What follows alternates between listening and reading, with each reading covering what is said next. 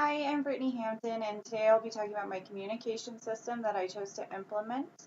I have chosen to talk about and demonstrate sign language for working with individuals such as children and adults who've been diagnosed with autism.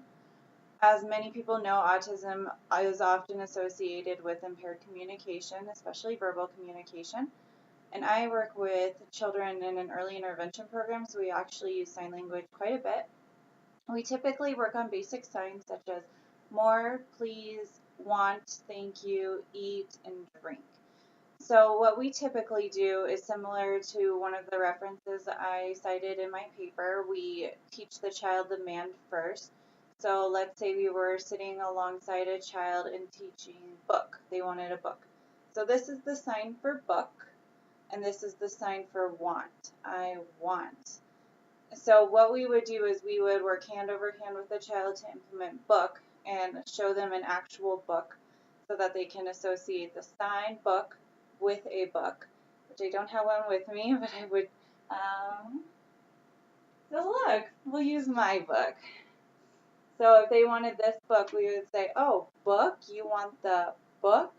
And then sign it to them. So we would go, you want the book, and then also pair it again with the book. We found that this is really effective, especially for children who come into our program with very limited verbal communication. They often have no words and will use signs.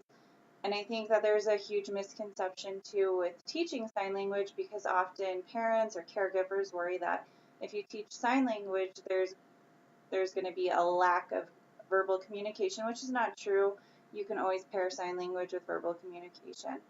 And we often use the signing time videos for our children who are working on signs. So the signing time videos are really great for the parents and the kids to work on together.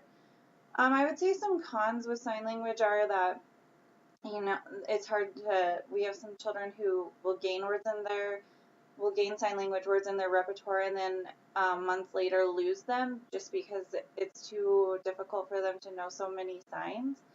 But then I would say that you also have to have the hand dexterity to be able to do that, as well as the cognitive ability to be able to sign. So those are all important things to do. Usually I would suggest to families, if they're worried about cognitive testing, to do the Vineland adaptive test, because then that can let them know where they are, if they're able to pick up sign language and implement it. But we've found a lot of success with using sign language in early intervention, and often they will begin to pair those signs with words. Another thing that's great about sign language, especially for children, is that I actually work with a few kiddos who have hearing loss, so they rely heavily on sign language to implement what they want and need to be able to communicate that. And so the parents learning signs is also difficult because it's something that is so completely new to them and can be really difficult to pick up all these signs and then have to teach their children. But it's really great to see those interactions with a child being able to communicate their wants and needs and decrease their frustration, and that parent being able to meet their wants and needs, but also be able to communicate with them in a functional way. So that is just a little bit of an overview of sign language and a demonstration on how you compare sign language and pair it with manding. And then I would also highly reinforce when the child signs want book.